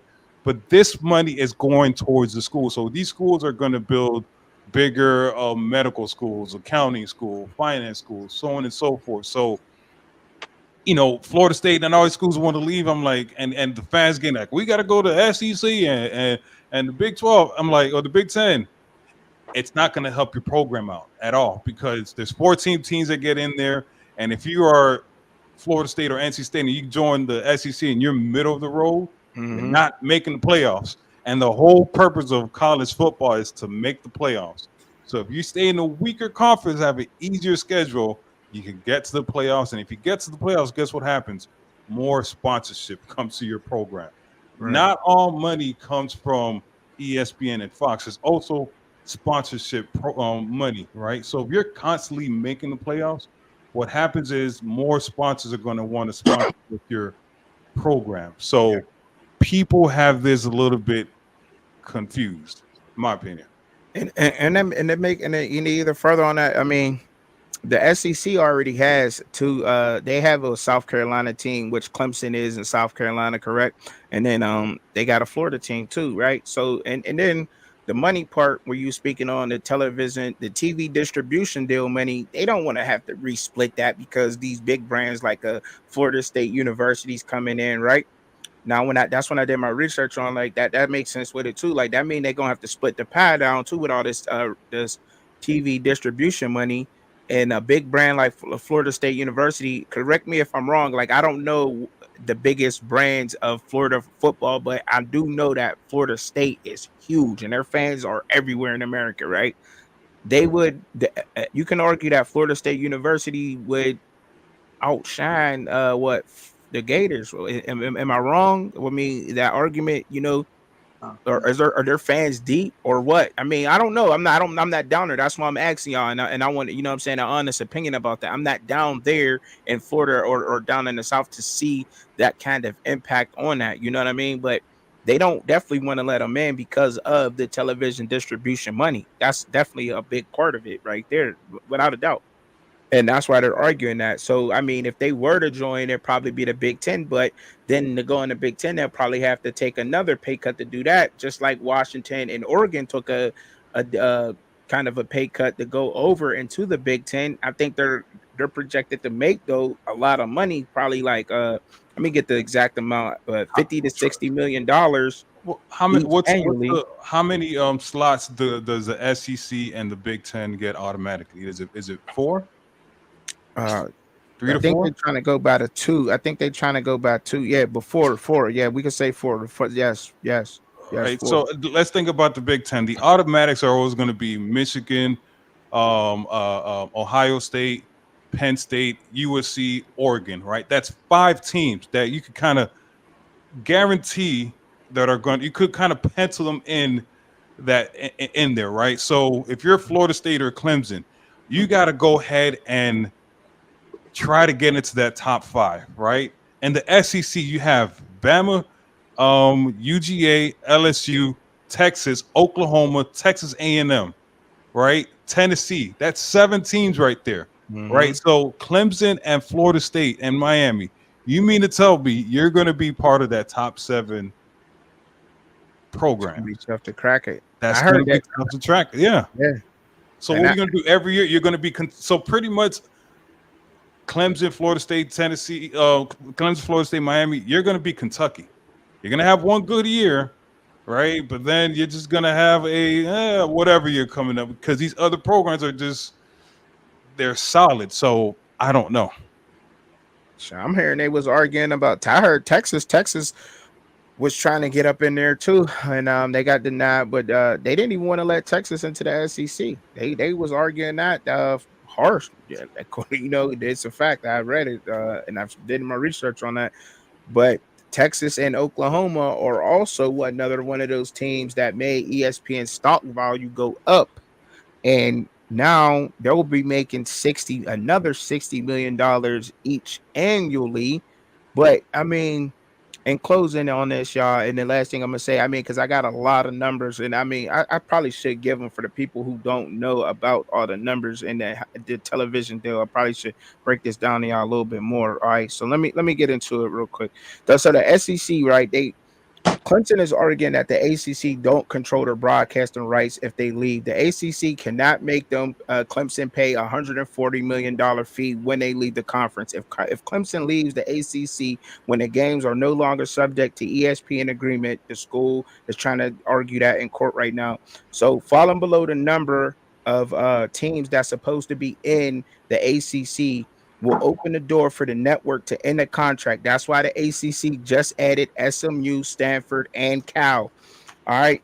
The Big Ten and the SEC, they both received 29% of the $1.3 billion annual payout from the network teams in the Big Ten and the SEC. That's why people are trying to chase that. They want a piece of that $1.3 billion pad. But remember, that got to be broke down between teams. And if more teams add in, then that means that less money for that school, right? So the ACC and the Big 12 probably they're gonna get 17%, and that's like just about that, and almost 15% to for the distribution deal, which is a huge difference to what they was making last year.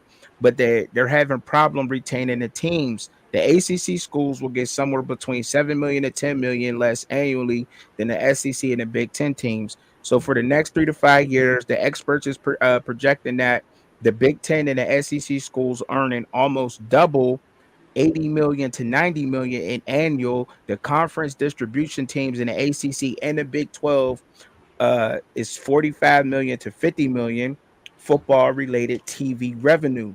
All right. So they probably won't try to reevaluate the college football contract and everything. But Florida State and Clemson, they went out of there. But in the end, they willing to pay a $500 million each for a settlement, which is crazy to me, y'all. That's a damn lie. They won't do that. Nah, it got it. You know what I'm saying? I don't think they want to, but they're playing like they want to. Cube. They playing like they trying to play hardball, but I think it'd be more of a settlement to be realistic with it. You know what I'm saying? Like they're trying to tell the ACC, oh, we'll pay the $500 million if we want to, but like you said, that's a damn lie. They probably not gonna do that. They're probably gonna try to reach a settlement, right, to get up out of there. Yeah, but if you're the ACC trucking, would you settle with Florida State or Clemson? Hell no. Because I mean, like we just said, like that's two of their biggest brands, right? Correct me if I'm wrong. Like, I mean, that's two of the biggest brands in the ACC, right? Clemson and Florida State University. I mean, you let them go. I mean, who really replaces them? They're trying to replace them with SMU, Cal, or Stanford. They're hoping that one of them is going to hit like Clemson or Florida State University. You know, that's what they're hoping for, but I don't think that that's realistically going to happen. But that's just the numbers and the research that I was doing, you know what I'm saying? And I wrote this down, and it's kind of it sound like it's everywhere, but that's just what it is. So, but these programs, these schools need to be forward thinking a little bit, right? Yeah. The SEC and the Big 10 are not going to exist. NCAA is going to dissolve, right? Mm-hmm. So the best thing for you to do is what Notre Dame is doing: get your own TV contract, right? Right. Because eventually there's going to be because you got to think of everybody's always thinking about the top tier teams in these programs, right? The mid to lower tier teams, like, we want a chance at the playoffs as well, right? So there's going to be another conference being formed, right? So it's like, don't lock yourself into these contracts because you're going to get screwed, right? Mm-hmm. The top tier programs are happy because, like, oh, we're going to make the playoffs, so on and so forth, right? But there's going to be a time that a team that's trying to come up, but it's like, we can't come up because a Texas in the way or A&M in the way. You know what I'm saying? It's like, Right.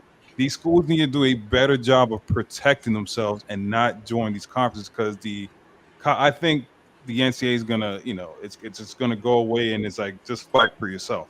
And right. I agree on that too. And what you just said was a good point too, though, Cuban. Like what you just said, bro. Like because there is a new policy. You just said don't try to lock yourself in the contracts, and they just came up with a new policy, and it requires the school chancellor to provide notice and a financial plan for a school's potential conference exit.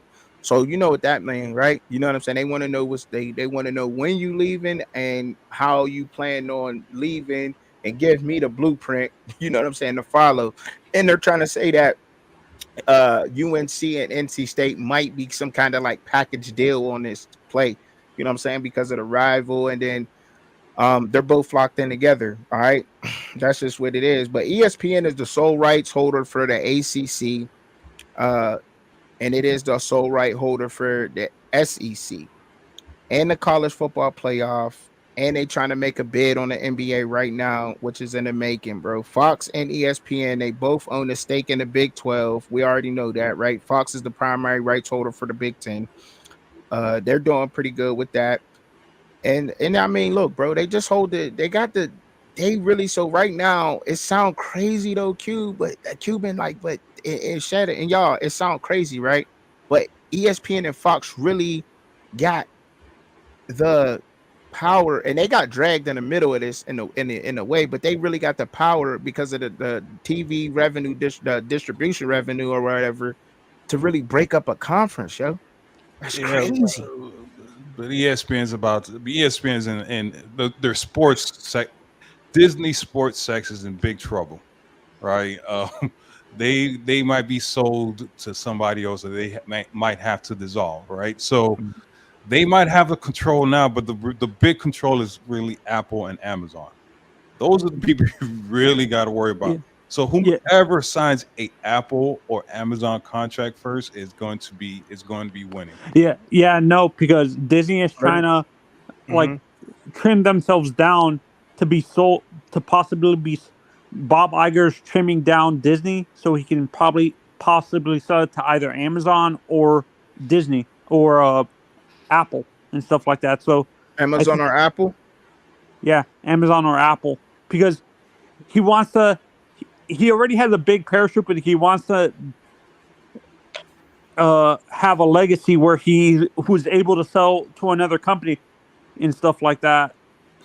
And he's on the board of Apple, so I think Apple makes the most sense for Disney. So this hurts. This actually hurts ESPN, because I think the person. Amazon makes a lot of sense for ESPN because they're focusing so much on sports and stuff like that.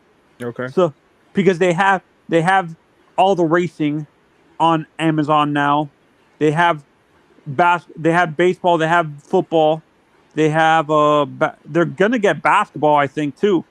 Okay. They're the leading. They're not ESPN, but Amazon is the leading to get the NBA deal ticket, the center court, and the contract for the NBA in general. Nice. All right. And Cuban, you said something earlier about the SEC and Florida State fans, Miami fans, and Clemson fans calming down on trying to get into the conference. But I actually read reports saying that the Big Ten and the SEC are trying to filter out their bottom feeders and push them to be independent, or maybe go to the AAC or something like that. The Group of Five, like teams like Vanderbilt, teams like the bottom feeders in the what is it called in the Big Ten? I can't remember what teams they are. Like Minnesota, they want Indiana. Those teams, they want to push them out so they can make room for the bigger brands like a Miami, a North Carolina, a Florida State, or a Clemson, and stuff like that.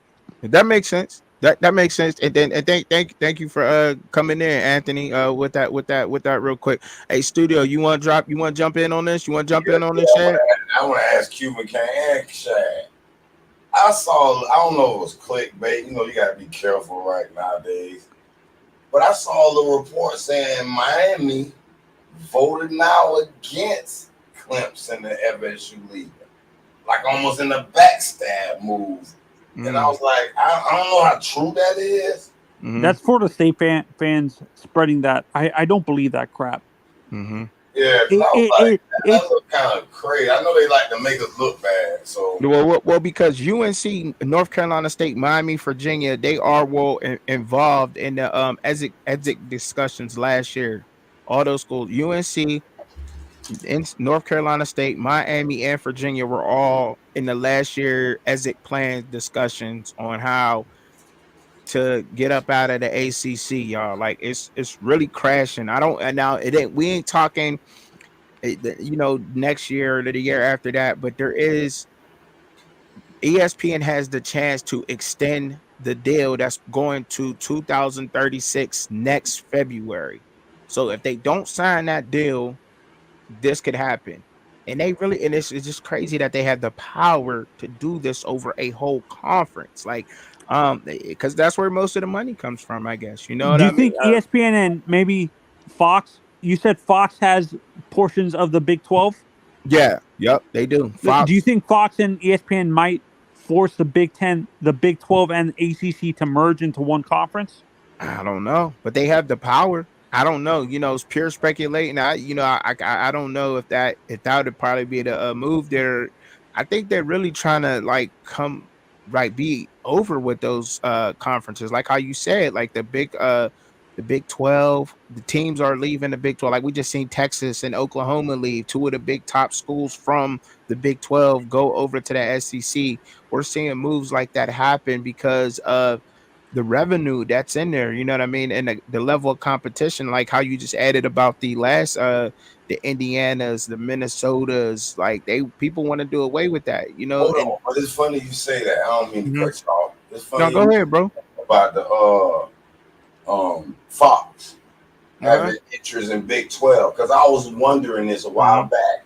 I said, I wonder why they seem to be attacking the Pac-12 and the Big 12 seemingly is maintaining itself, and because it looked like at first it looked like the Big 12 and the Pac-12 were both going to collapse, but some kind of way the Big 12, even losing two of their best teams, still maintained itself, and even though Pac-12 had the best year out of almost all the conferences this year. Because of Fox kept Fox got the Big 12 rolling, and the thing is like Fox and ESPN is in a battle right now, obviously, you know what I'm saying, to try to get the if it wasn't for the Big 12, actually, let's be honest, if it was, I think Fox would have been out of college football earlier than it has if it wasn't for the Big 12, because the Big 12 was the original conference. No, the Big 10 is the reason why the reason why Fox is they're Fox's biggest brand. The Big 10 is the smart move would be for NBC to buy the ACC contract, right? That way, NBC has ACC.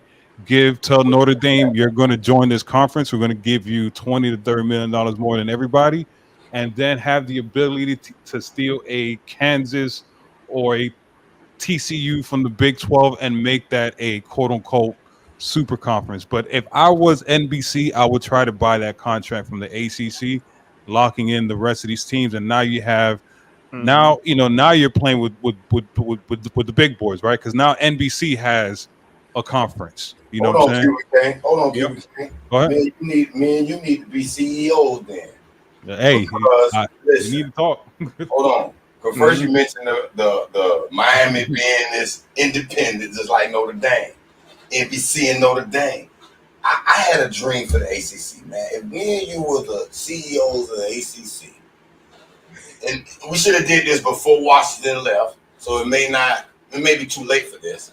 But this was a dream I had. I said, man, they need to call themselves the AC3, the Atlantic Coast to Coast Conference, merged with the Pac-12. And having like an East Coast, West Coast marketing thing, Oh, the All Coast Conference? I know what you're talking about. It would have lessened the blow with the logistics, because you got a bunch of teams you can kind of mix and match who travels, way to the west or the east. You can, and then you would have had Washington, you would have had the Pac-12, the ACC, pretty much a super conference. Yeah.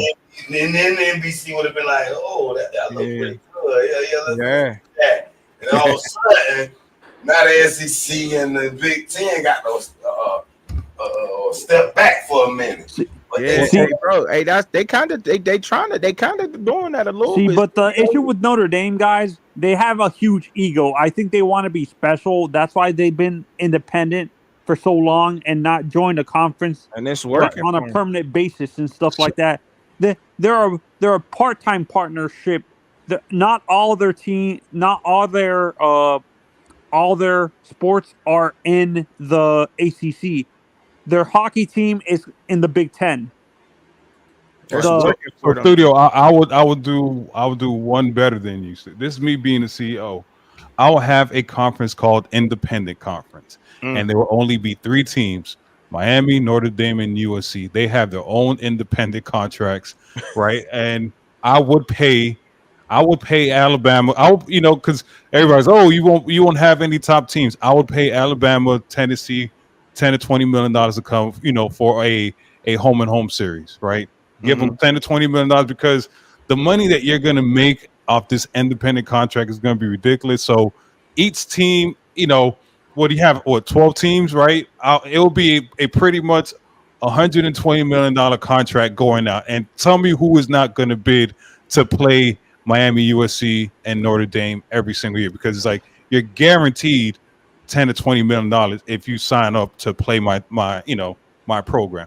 So that's what I would do. I'll have my question conference, is, independent do you guys think Fox would allow the Big 12 and the SEC, ACC specifically to merge into one conference? Who it's when it comes to TV, it's about money. Who has the most money? Money in the TV deal. Who you saying gives the authority to allow? Would the TV, like Fox has the power over the Big 12? They own their contract.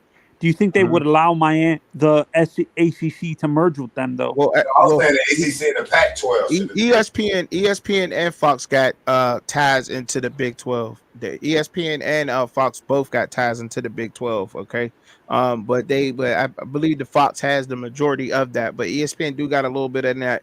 The Big 10 is solely Fox. That's Fox all the way. Mm-hmm. So that's what keeps Fox able to even compete a little bit with ESPN is the Big 10, and they both got little dabs in the Big 12.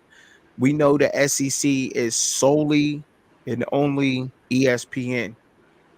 You know what I mean? And if they would merge, their money would probably be smart to do that. It'd probably be smart for Fox and ESPN both to come together and, you know what I mean, and form a major football company, or merge together. So do you guys think it would make sense for the maybe Fox to sell their, like, I know ESPN and Fox maybe eventually to, if that happens, the Big 12 and the ACC to merge? Do you think it would make sense maybe ABC to get involved and have the maybe the Big Coast Conference as their main conference? Mm-hmm. I don't know. Yeah, it may. I guess when you speculate, and it makes sense in that scenario. But I don't know if these television companies are going to do that, though. I mean, to sell out but like you said, Amazon and Apple are the big players here, and that's where, because it's going towards streaming. I mean, Peacock is trying to catch up NBC, I guess. But man, it ain't this a topic to think about? Ain't this something to think about though?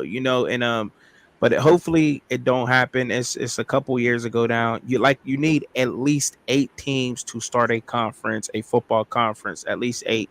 So we about to go ahead and jump over to Shad's channel, man. I appreciate everybody coming in and kicking it with me, man. We got to do this every Saturday, man. For real.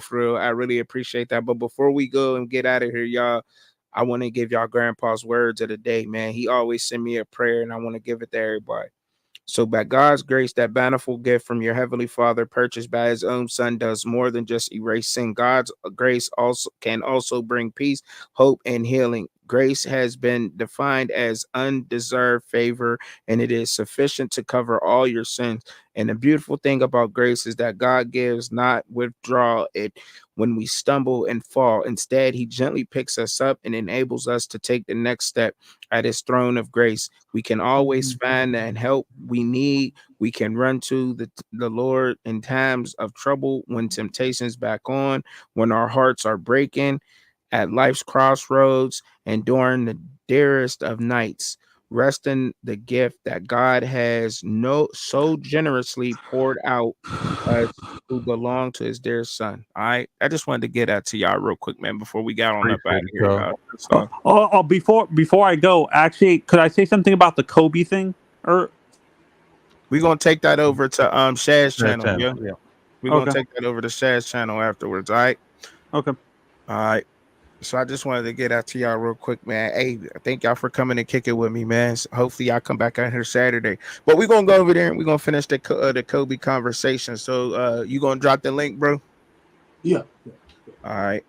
All right. So hit me up with that link, man. I appreciate y'all coming through, man. That was dope. That was a dope time. Good conversation there. I like having those. All right. All right. Hey. Want to see Truck and Chubby live with co-host Shad? Tune in at Fans Point of View, Saturday, 6:30 p.m. Eastern Standard Time, 3:30 p.m. Pacific Time. But in the meantime, in between time, enjoy the content. Don't forget to hit your notification bell for all updates. Thank you for watching.